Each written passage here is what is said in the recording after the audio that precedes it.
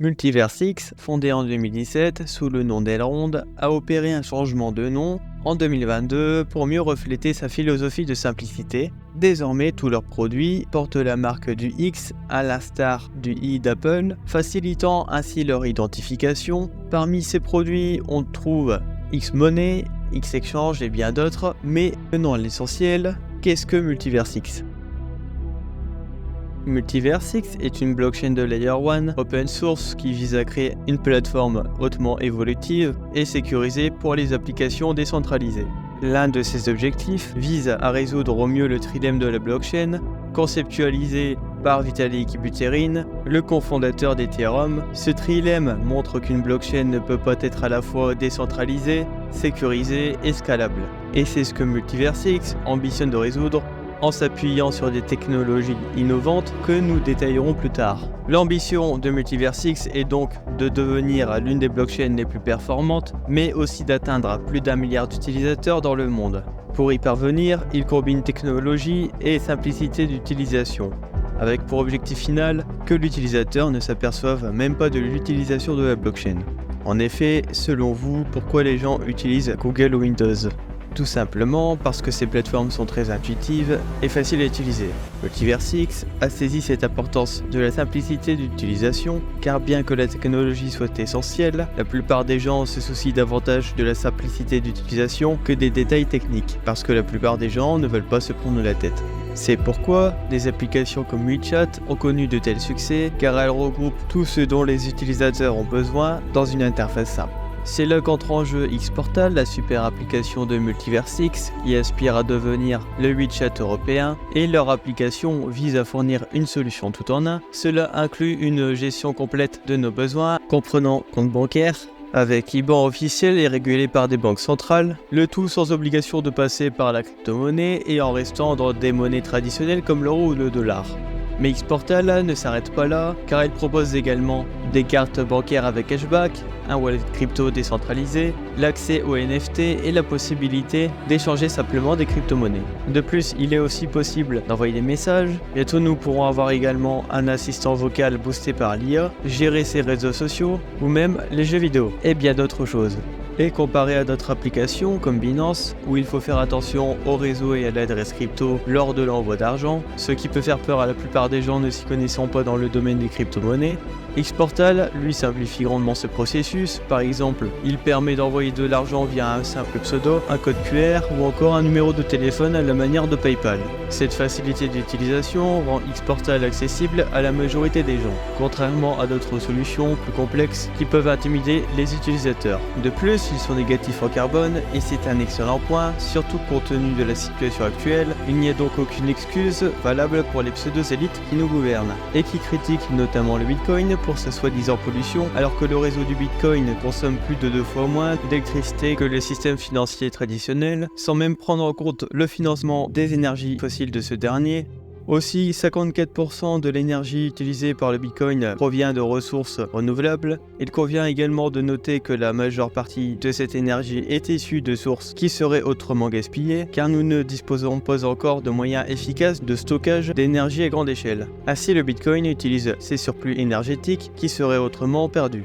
Mais revenons à notre sujet principal, celui de Multiversix que nous avons présenté brièvement et dont nous allons commencer à approfondir en commençant par parler de l'équipe et de la tokenomics, puis les partenariats. Ensuite, nous aborderons le fonctionnement de la technologie en détail et en quoi elle diffère des autres projets. Et enfin, nous évaluerons les risques potentiels liés à ce projet. D'ailleurs, je tiens à préciser que plus tard, je ferai une vidéo consacrée à la vision de la team, car elle mérite une vidéo entière tant il y a de choses à dire. Bien, commençons la présentation de l'équipe. Et pour mettre en œuvre ce projet, l'équipe s'appuie sur d'anciens ingénieurs de chez Intel, Microsoft et Google pour ne citer que. Parmi les fondateurs figure Benjamin Minku qui se distingue par sa personnalité forte et en quelque sorte iconique, ce qui est essentiel pour mener à bien un projet. À l'instar de Jeff Bezos chez Amazon ou Elon Musk chez Tesla, ces leaders ont en commun une vision et une ligne directrice bien définie, ainsi qu'une détermination sans faille pour mener à bien leur projet.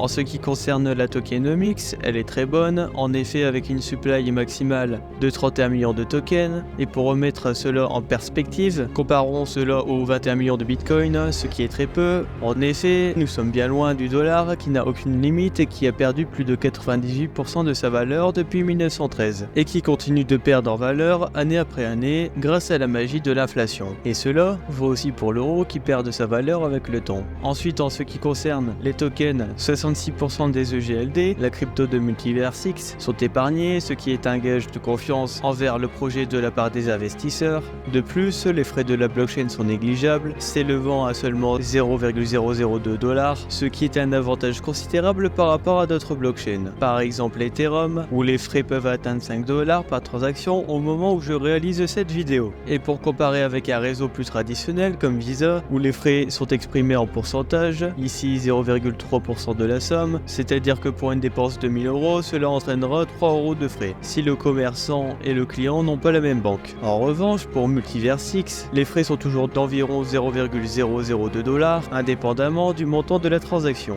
et pourraient même diminuer avec le temps.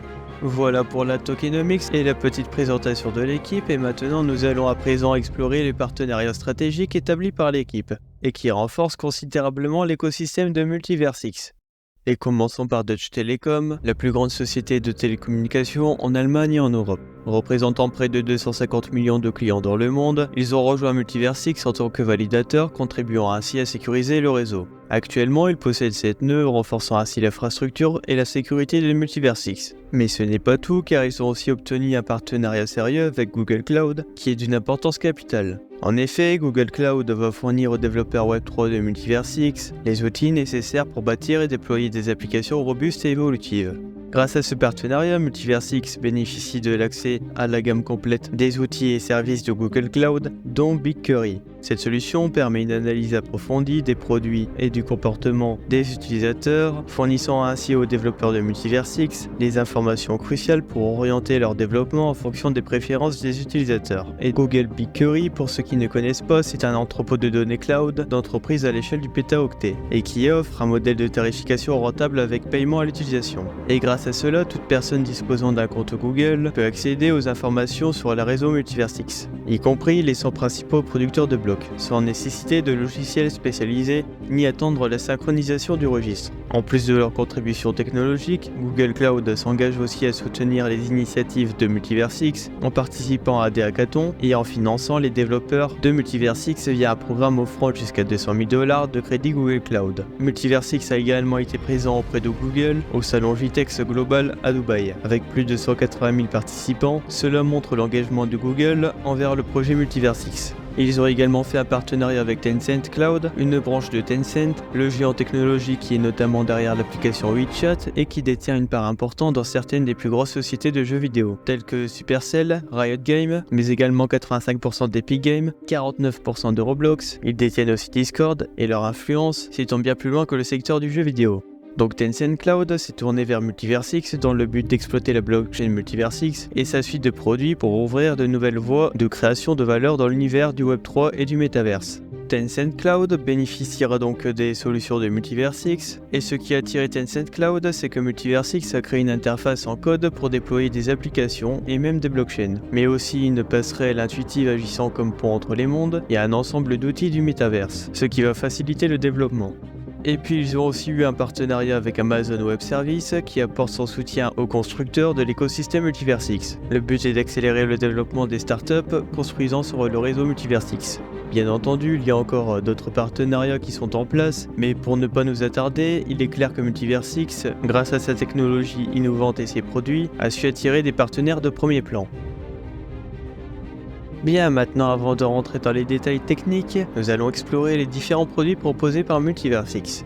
Et commençons par Xmoney qui est divisé en deux sous-catégories. D'abord, Xmoney Fiat, autrefois connu sous le nom de TwistPay, c'est un réseau de paiement acquis par Multiversix. Ce rachat a permis au projet d'acquérir une licence bancaire, ce qui permettra d'obtenir un IBAN officiel et réglementé, offrant ainsi la possibilité de posséder des euros ou des dollars sans avoir recours aux crypto-monnaies pour ceux qui veulent profiter de la technologie et la décentralisation de la blockchain, mais qui ne veulent pas investir dans les crypto-monnaies. Par exemple, les utilisateurs pourront recevoir leur salaire sur l'application Xportal et gérer leurs fonds directement depuis celle-ci. Cela équivaudra à avoir une banque en ligne, sauf que contrairement à une banque traditionnelle, vous possédez réellement vos fonds et personne ne pourra y accéder. En effet, comme l'a annoncé Bruno Le Maire, les 3290 milliards que les Français épargnent ne suffisent plus à remplir les caisses, et cela grâce à leur fabuleuse gestion, et maintenant ils vont également s'en prendre à votre argent qui dort tranquillement sur votre compte bancaire, et ce sans rien vous demander. Et à votre avis, que se passerait-il si ne serait-ce que la moitié des gens commenceraient à retirer leur argent ? Ça me rappelle bien les fameux systèmes pyramidales. Mais enfin bref, revenons à notre sujet, et la deuxième branche de ce produit est Xmoney Crypto, anciennement Utrust. Ils ont d'ailleurs également un jeton appelé UTK, et leur objectif est d'offrir aux entreprises et au gouvernement la possibilité d'accepter de manière transparente des paiements en plusieurs devises, telles que EGLD, USDT, Bitcoin et bien d'autres. De plus, ils sont en totale conformité avec les dernières politiques européennes en matière de lutte contre le blanchiment d'argent. La technologie de Xmoney est notamment utilisée comme réseau de paiement à Lugano, une ville suisse de 60 000 habitants, où elle a été intégrée dans le cadre d'une initiative visant à introduire les paiements cryptographiques. Elle est également utilisée au Liechtenstein, un pays de 40 000 habitants, mais le deuxième en termes de PIB par habitant, et c'est quand même 1,5 milliard de recettes fiscales qui ont été récoltées en 2021. Et désormais, tout comme à Lugano, n'importe quelle crypto-monnaie pourra être utilisée pour payer ses impôts ou autres dépenses réglementaires. Grâce au réseau de paiement de Xmoney, qui est une partie intégrante de Multiversix, et aucune autre crypto-monnaie, à part le Bitcoin, ne peut se vanter d'être régulée au point d'être acceptable à un point étatique. Ensuite, parlons de Xfabric, qui permet aux entreprises de construire des applications grâce à la blockchain, et ce rapidement et sans compétences en codage. Il permet plus précisément de créer des sites Web3 rapidement, de créer et publier des messages ainsi que gérer l'engagement de la communauté, mais également de vendre des billets d'événements ou encore créer des tokens au format ESDT, le format de Multiversix, et le tout sans écrire une seule ligne de code. C'est donc un outil puissant pour servir et aider les développeurs à créer leurs solutions rapidement et gagner en productivité. Puis il y a Xalias, qui est une solution d'authentification unique pour le Web3.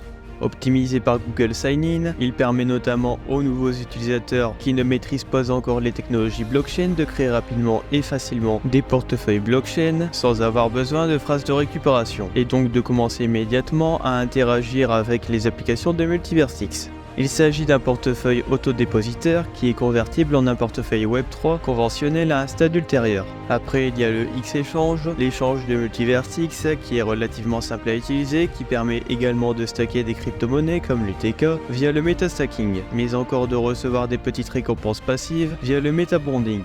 Et enfin, il y a le X-Launchpad qui permet de lancer et d'intégrer à la blockchain des projets externes comme Atom, Tada et Loride pour ne citer que. Maintenant que nous avons exploré en détail la gamme des produits, nous allons dorénavant rentrer plus profondément dans les différentes technologies sur lesquelles repose cette blockchain. Et nous allons également voir comment elle fonctionne. Et commençons par leur architecture innovante, l'adaptative state sharding, qui permet de diviser le réseau en plusieurs sous-réseaux autonomes, tout en maintenant une interconnexion entre eux. À l'heure actuelle, cette technologie leur permet d'atteindre jusqu'à 30 000 transactions par seconde, et avec une latence de 6 secondes. Cependant, l'équipe s'efforce d'augmenter ces chiffres, visant jusqu'à 100 000 transactions par seconde avec une latence de seulement 1 seconde. Et d'ailleurs, ils ont même pu monter à 263 000 transactions par seconde lors d'un test. Pour comparer, le Bitcoin en lui-même c'est 7 transactions par seconde, et pour encore une fois comparer à des technologies plus traditionnelles, prenons pour exemple Mastercard qui est capable de gérer 5000 transactions par seconde, ou encore Visa qui peut monter jusqu'à 24 000 transactions par seconde. Cette technologie place cette blockchain comme parmi les plus rapides du marché. L'adaptative state sharding représente une avancée majeure permettant à une blockchain de s'ajuster intelligemment à la charge de travail en temps réel. Pour prendre exemple, admettons que la capacité maximale de traitement de la blockchain est de 30 000 transactions par seconde, mais que la demande actuelle soit de seulement 200. Cette technologie ajustera dynamiquement la vitesse de traitement pour correspondre à la demande réelle. Dans ce cas, elle fonctionnerait à 200 transactions par seconde, ce qui évite de faire tourner le réseau à pleine puissance inutilement. Cette adaptation est rendue possible par le concept de sharding sharding qui consiste à diviser les données en petits fragments stockés sur différents serveurs. Il existe en effet 3 types de sharding. Le premier est le sharding d'état qui gère le traitement de plusieurs transactions simultanément en s'adaptant à l'évolution du nombre de nœuds sur le réseau sans compromettre sa sécurité et sa décentralisation. Le deuxième est le sharding de transactions qui répartit les nœuds en segments pour traiter les transactions de manière distribuée tout en conservant l'intégrité de la blockchain. Et le dernier est le sharding de réseau qui améliore la communication au sein des segments pour optimiser les performances globales du système. L'adaptative state sharding est une combinaison de ces 3 types de sharding offrant un traitement parallèle des transactions, une meilleure communication entre les segments et une amélioration des performances globales du système. Ensuite, il y a le Secure Proof of Stake qui représente une avancée majeure dans le domaine des protocoles de consensus, offrant une sécurité renforcée et des performances optimisées. Et actuellement, cette blockchain possède 3200 nœuds, ce qui assure une assez bonne décentralisation. Et le Secure Proof of Stake qui émerge comme une version améliorée du protocole de consensus Proof of Stake classique. En effet, contrairement au Proof of Stake traditionnel, le Secure Proof of Stake, que l'on appelle aussi SPOS, opère en sélectionnant aléatoirement des validateurs pour produire des blocs. Et pour ceux qui ne savent pas, c'est ça qui valide les transactions. Pour vous l'imager, dans le système financier actuel, quand vous envoyez de l'argent à quelqu'un, il y a un intermédiaire et c'est le banquier. Et bien dans les cryptos, il n'y a pas d'intermédiaire, la transaction passe directement de vous à la personne. Et cela est possible grâce au validateur qui valide la transaction. Et pour revenir à notre sujet, ce processus est soutenu par une sécurité multisignature, garantissant ainsi que les transactions sont vérifiées par plusieurs validateurs. Cette technologie complexe rend extrêmement difficile pour les attaquants de compromettre le réseau sans être détectés, ce qui renforce considérablement la sécurité du système.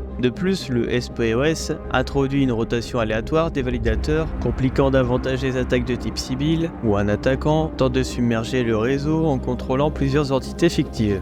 En séparant le consensus sur les blocs de validation des transactions, le SPOS parvient à maintenir des performances élevées tout en garantissant la sécurité du réseau.